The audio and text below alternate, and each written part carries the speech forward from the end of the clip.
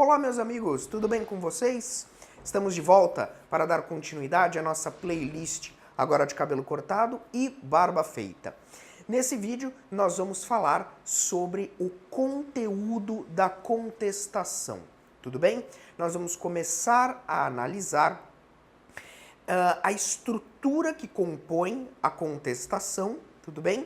E nos próximos vídeos nós seguiremos analisando as matérias de defesa, ok? Não sai daí que eu volto já já.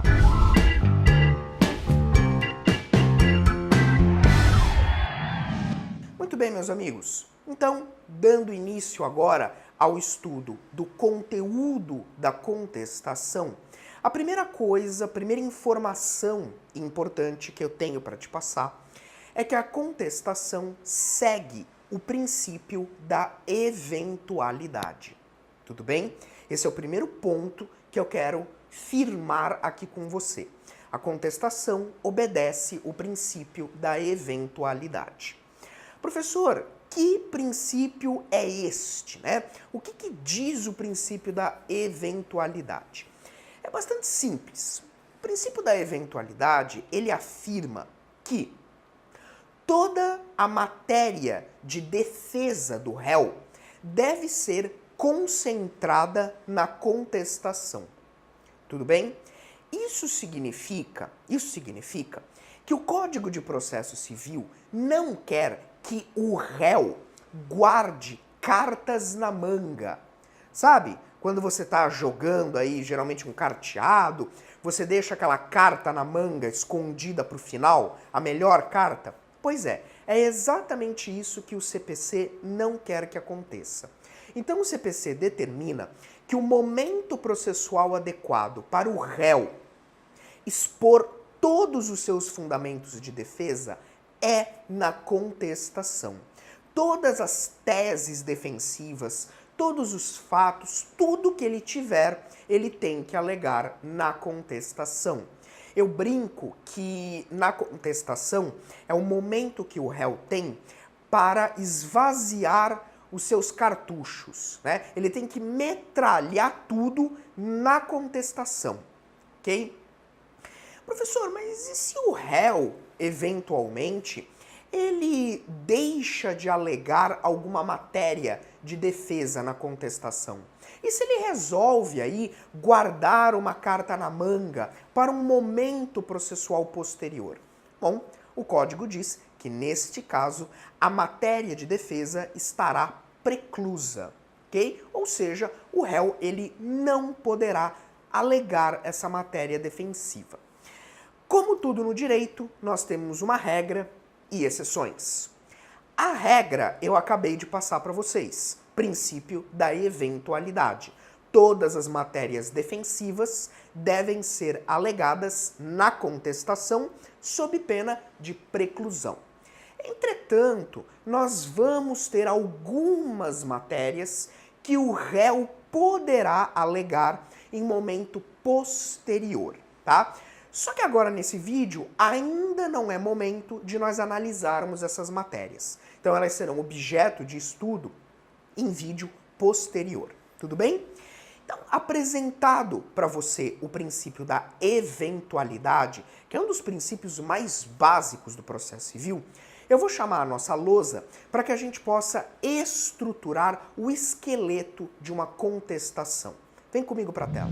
Muito bem, meus amigos. Então, está aqui a nossa tela e eu quero mostrar para você, quero desenhar para você como que é o esqueleto de uma contestação, né? Lembrando que esse vídeo, ele não é um vídeo de prática civil, né? Nós estamos aqui falando de teoria, é um vídeo teórico. Se você deseja aprender efetivamente a fazer uma contestação, né, elaborar uma contestação, isso nós até podemos ensinar num momento futuro, num vídeo de prática, tá? Mas aqui nós vamos nos concentrar nos aspectos doutrinários, tá bem?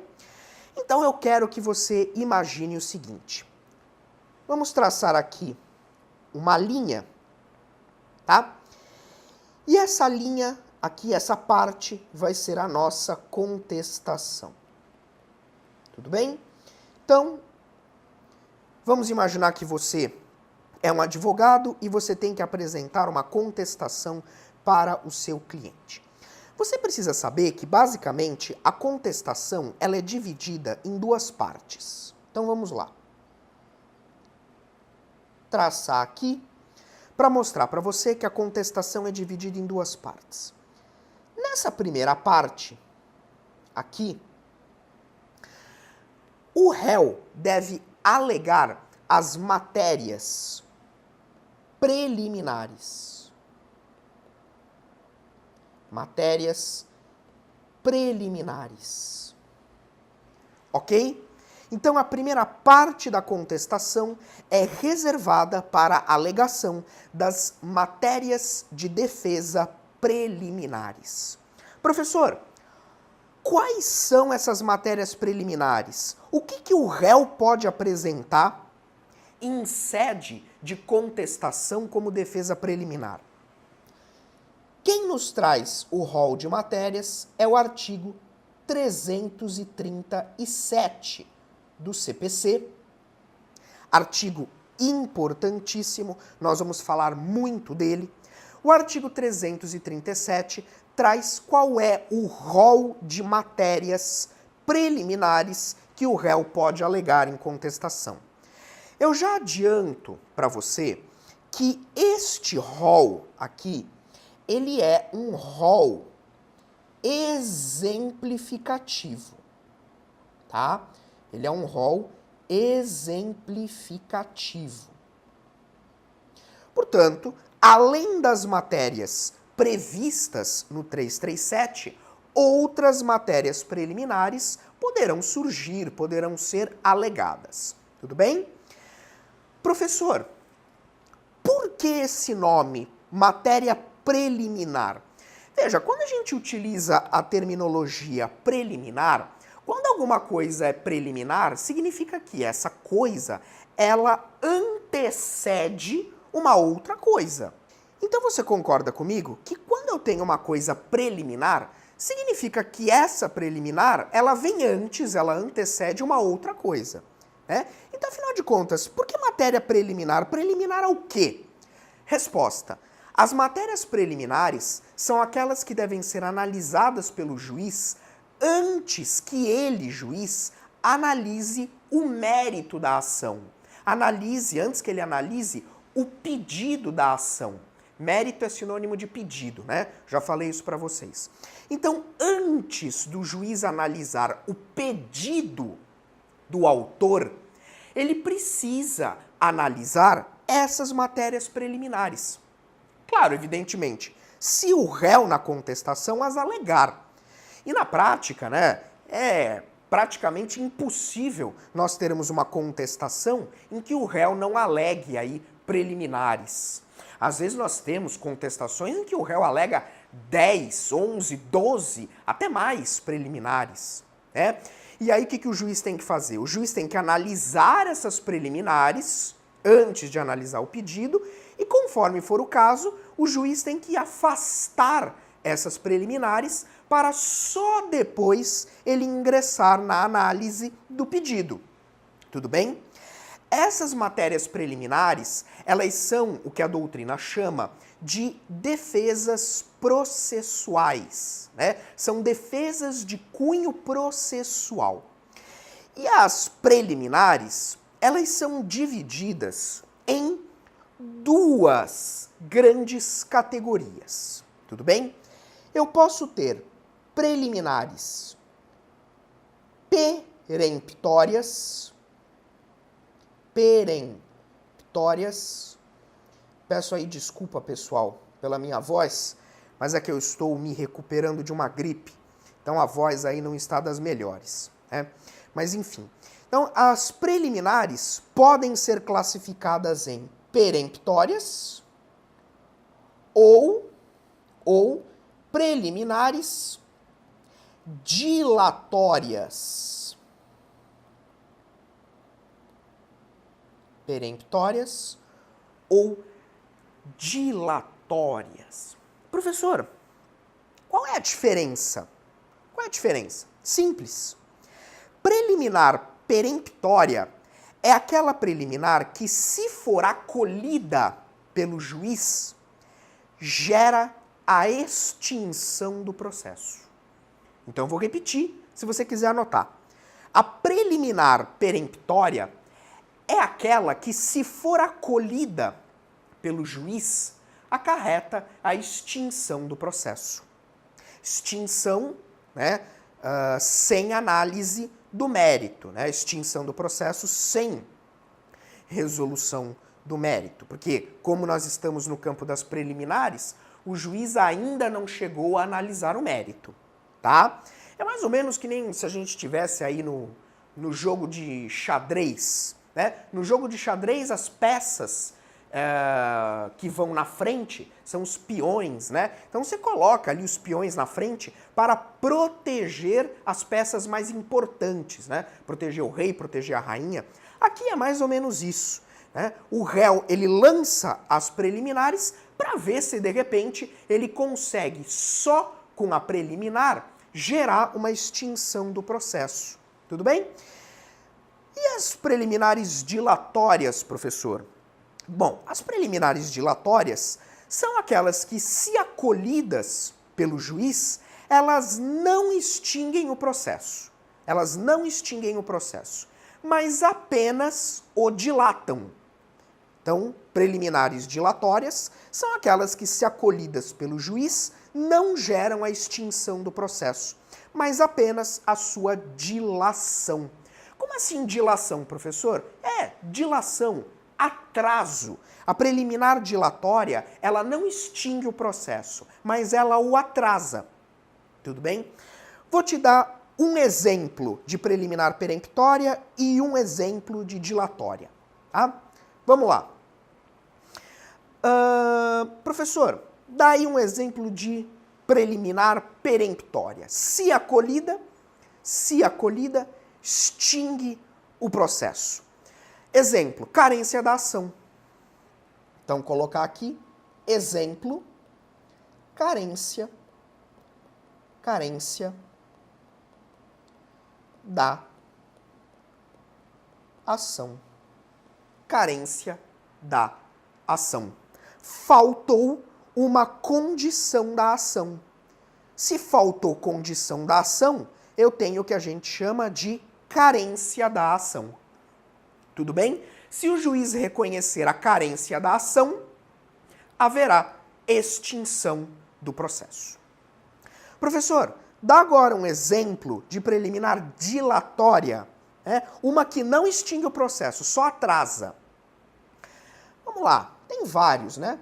Mas aqui a gente poderia citar o exemplo talvez o mais tradicional, mais fácil, incompetência.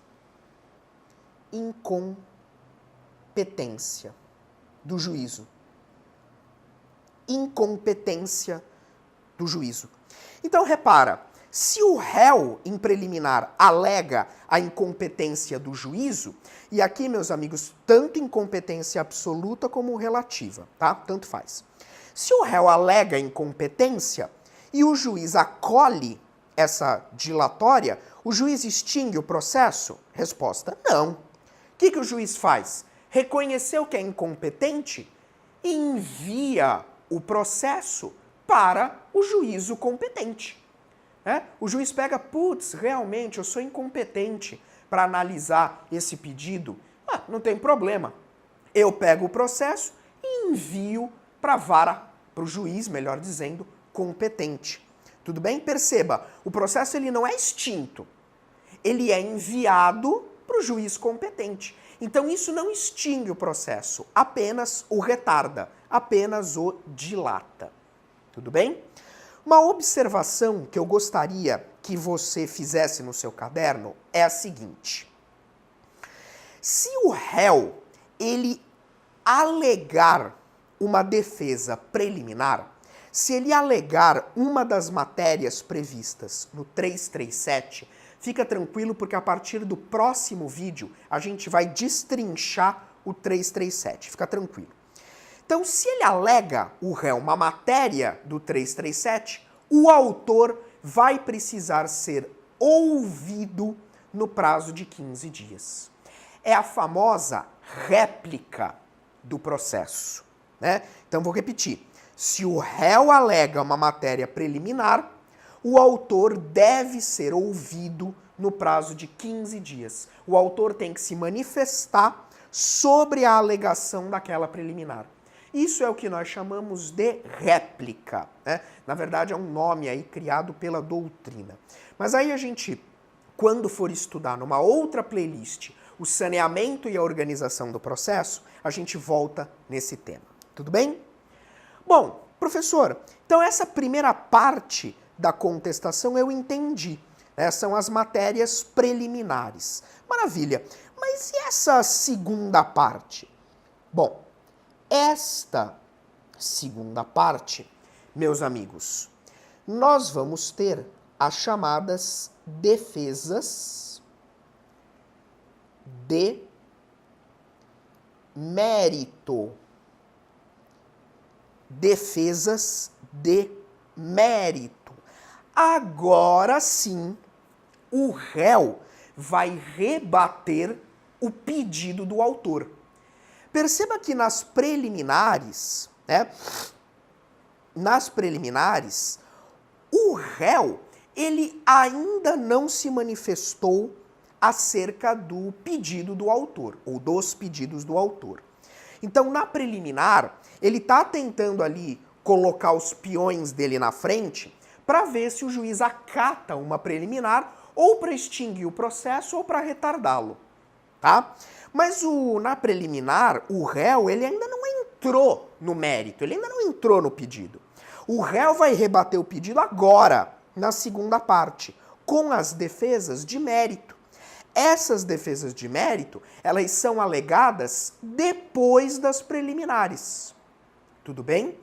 Alguns doutrinadores chamam as defesas de mérito de defesas substanciais, né? Então, se você vê isso numa prova, defesas substanciais são as defesas de mérito, tá? E aí, as defesas de mérito são divididas em duas categorias. Primeira categoria são as defesas de mérito diretas. Defesas de mérito diretas. Tudo bem? E a segunda categoria são as defesas de mérito indiretas. Tudo bem? Defesas de mérito diretas e indiretas. As defesas de mérito diretas são aquelas em que o réu, ele simplesmente se limita a negar os fatos que o autor descreveu na petição inicial. Tudo bem? Ele resolve simplesmente negar, tá? Ou então, ele nega os efeitos dos fatos que o autor está alegando na petição inicial. Então, por exemplo, né, eu entro com uma ação dizendo assim, olha, sei lá, vamos imaginar um exemplo bem banal aí. O réu bateu no meu carro. O réu bateu no meu carro. E aí, na contestação, uma defesa de mérito direta seria, não bati. Não bati. Uma defesa de mérito direta, né? Ele está simplesmente negando o fato que o autor descreveu aí na petição inicial. Tudo bem? Agora, as defesas de mérito indiretas, elas já são mais importantes, mais interessantes, tá? Por quê? Porque na defesa de mérito indireta, o réu, ele não necessariamente nega os fatos da petição inicial, mas ele, réu, apresenta outros fatos. Então aqui ele vai apresentar fatos modificativos,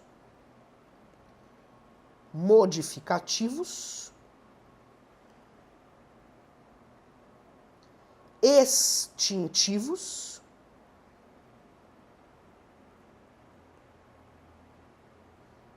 extintivos ou ainda impeditivos. Impeditivos do direito do autor. Do direito do autor. Tudo bem? Então, na defesa de mérito indireta, o réu vai alegar algum fato que modifica o direito do autor, ou que extingue o direito do autor, ou que impede o direito do autor. Percebeu? Então, te dou aí um exemplo de fato modificativo. Fato modificativo. Vamos imaginar o seguinte. Eu tive uma transferência da obrigação para outra pessoa. Tive uma transferência da obrigação para outra pessoa. Então, o autor entrou com uma ação contra mim, dizendo, olha, o Sérgio, ele não cumpriu a obrigação que foi ali combinada. E aí o réu vem em contestação, numa defesa de mérito indireta, e diz, olha, o autor, o que você está me cobrando? Eu e você combinamos que essa obrigação, ela seria efetuada, né? Ela seria desempenhada por uma outra pessoa. Entendeu? Nós transferimos essa obrigação para outra pessoa. Então, quer dizer, o que você está me cobrando? Você não tem que me cobrar por essa obrigação, você tem que cobrar por cobrar outra pessoa. Entendeu? Isso seria um exemplo aí bem banal de fato modificativo. Tudo bem? Esses fatos, portanto, constituem a defesa de mérito indireta, tá? Que na prática é o que mais acontece, né? Geralmente as contestações, elas sempre apresentam defesas de mérito indiretas, ok? Ou aí, como alguns preferem, essas defesas aí chamadas de substanciais. Tudo bem? Muito bem, meus amigos. Então, nesse vídeo vamos parando por aqui. Nós estudamos aí o princípio da eventualidade, muito importante, né? Todas as matérias de defesa são concentradas na contestação e nós analisamos aí uma estrutura, um esqueleto da contestação, suas defesas preliminares, suas defesas de mérito diretas e indiretas. A partir do próximo vídeo, nós vamos começar a destrinchar o artigo 337, analisando as matérias preliminares. Tudo bem? Espero que você tenha gostado e até o próximo vídeo.